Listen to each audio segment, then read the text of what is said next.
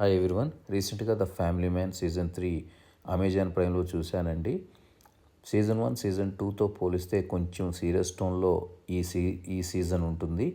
Story విషయానికి వస్తే development లేని నార్త్ ఈస్ట్లో కొన్ని అల్లర్లు జరుగుతుంటాయి. ఆ అల్లర్లను చైనా ప్రోత్సహిస్తూ ఉంటుంది. ఈ విషయం తెలుసుకున్న ప్రధానమంత్రి అక్కడ శాంతిని నెలకొల్పడానికి హీరోను మరియు ఒక సీనియర్ అధికారిని అక్కడ ఉండే రెబల్స్తో చర్చించడానికి పంపిస్తారు. అక్కడికి వెళ్ళిన తర్వాత చర్చల కోసం హీరో అండ్ సీనియర్ అధికారి వెళ్తుండగా ఒక అటాక్ జరుగుతుంది. ఆ అటాక్లో సీనియర్ అధికారి చనిపోతాడు. హీరో మాత్రం కొన్ని గాయాలతో బయటపడతాడు. తర్వాత ఆ కేసు హీరో మీదకి వెళ్తుంది.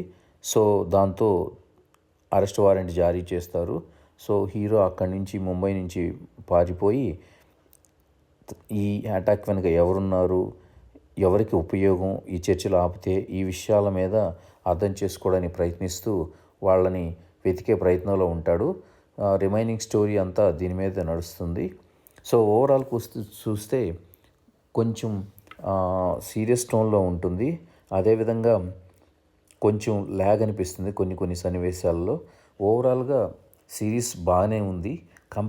If you compare season 1 season 2 కొంచెం తగ్గినట్టు అనిపిస్తుంది. ఎందుకంటే ఈ సిరీస్ మెయిన్ హిట్ అవ్వడానికి కారణం హీరో క్యారెక్టరైజేషన్ అండ్ ఆల్సో కొన్ని కామెడీ సన్నివేశాలు ఉన్నాయి కాబట్టి.